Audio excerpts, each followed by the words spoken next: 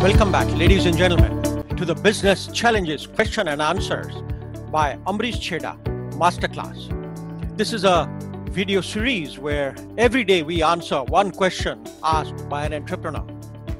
Today's question is, if your business is already successful, how do you plan for succession planning?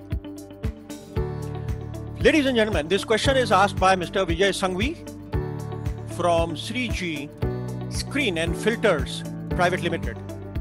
Very interesting question, ladies and gentlemen.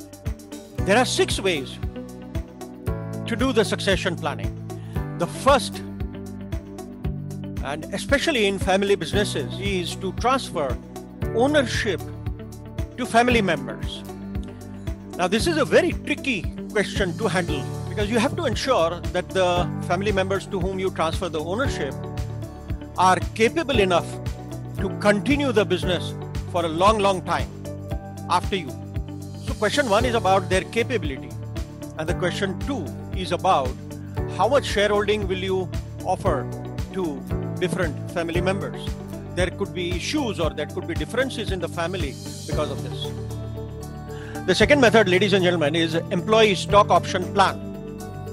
So if you don't have any successors, your children, either they are not in favor of joining the family business, or you don't have children who can actually take over these responsibilities, then you can consider whether the employees who have been there with you, the senior employees, can actually run this company for a long time.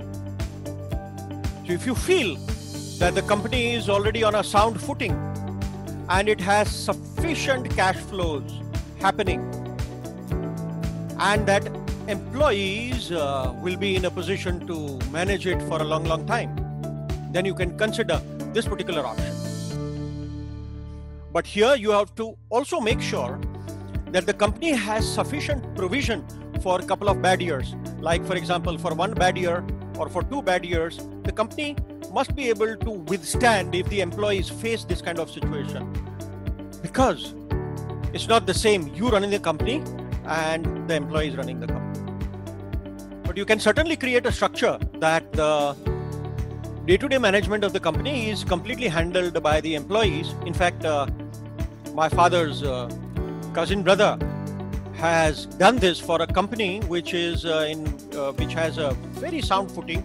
It's a perhaps 40-year-old company generating fantastic cash flows, has regular clients.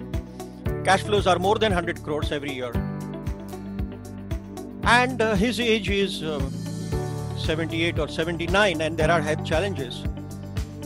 So he has nominated the team of senior employees, department heads of each of the departments, and has given them profit sharing plan. So profit sharing plan is one option, but ESOP is another option.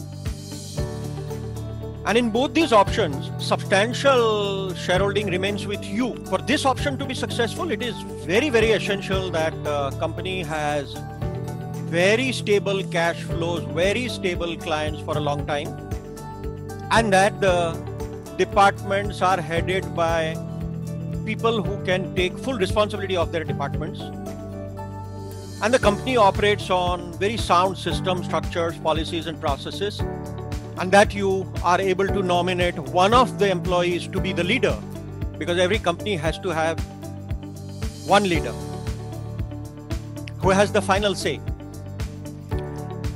One caution that I would advise you under these circumstances is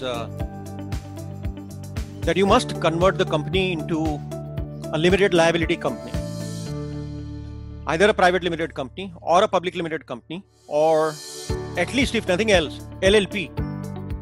Because if employees have the power to run the business, and if they incur liabilities and which you have to pay later on, that's not a acceptable situation. So you need to protect yourself with very tight legal agreements and structure of the company. The third way is sell off the company as a going concern and cash it out and put it in your retirement funds. I think this is the safest way. This is the best way. For most people, this is the way.